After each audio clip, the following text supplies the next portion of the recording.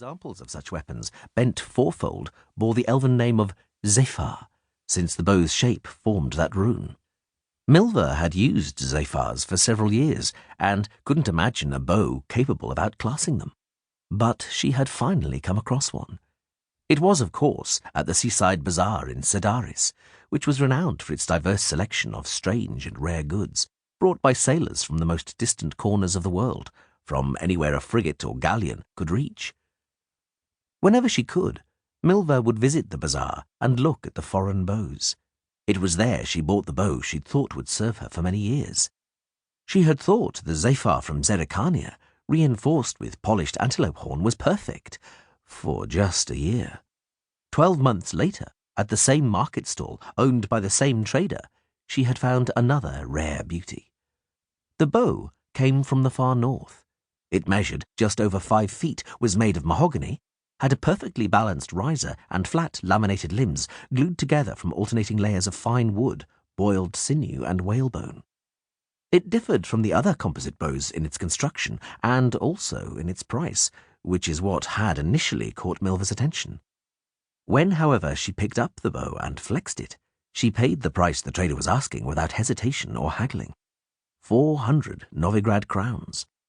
Naturally, she didn't have such a titanic sum on her. Instead, she had given up her Zerrikanian Zephyr, a bunch of sable pelts, a small, exquisite, elven-made medallion, and a coral cameo pendant on a string of river pearls. But she didn't regret it. Not ever. The bow was incredibly light and, quite simply, perfectly accurate. Although it wasn't long, it had an impressive kick to its laminated wood and sinew limbs. Equipped with a silk and hemp bowstring stretched between its precisely curved limbs, it generated 55 pounds of force from a 24-inch draw. True enough, there were bows that could generate 80, but Milva considered that excessive.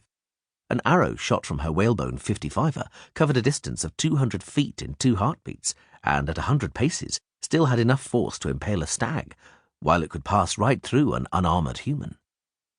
Milva rarely hunted animals larger than red deer or heavily armoured men. The butterfly flew away. The chaffinches continued to make a racket in the undergrowth, and still nothing crossed her line of sight. Milva leant against the trunk of a pine and began to think back, simply to kill time. Her first encounter with the Witcher had taken place in July, 2 weeks after the events on the Isle of Thanedd and the outbreak of war in Dol Angra.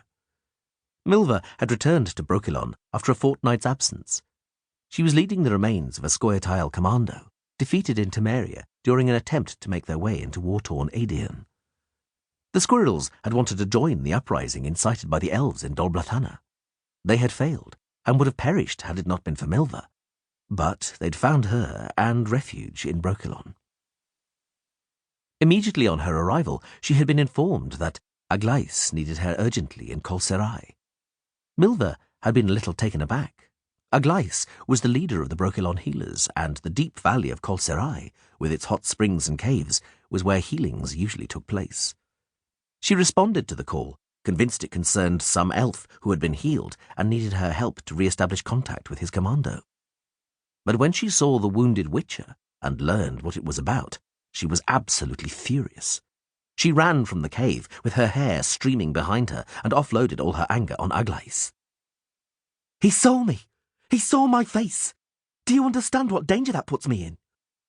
No, I don't understand," replied the healer coldly. "That is Quinn Blythe, the Witcher, a friend of Brokilon. He has been here for a fortnight, since the new moon, and more time will pass before he will be able to get up and walk normally. He craves tidings from the world, news about those close to him. Only you can supply him with that." "Tidings from the world? Have you lost your mind, Dryad? Do you know what is happening in the world now, beyond the borders of your tranquil forest? A war is raging in Aedirn. Brugge, Temeria and Redania are reduced to havoc, hell and much slaughter. Those who instigated the rebellion on Thanedd are being hunted high and low. There are spies and Angivari, informers, everywhere. It's sometimes sufficient to let slip a single word, make a face at the wrong moment, and you'll meet the hangman's red-hot iron in the dungeon. And you want me to creep around spying, asking questions, gathering information, risking my neck, and for whom? For some...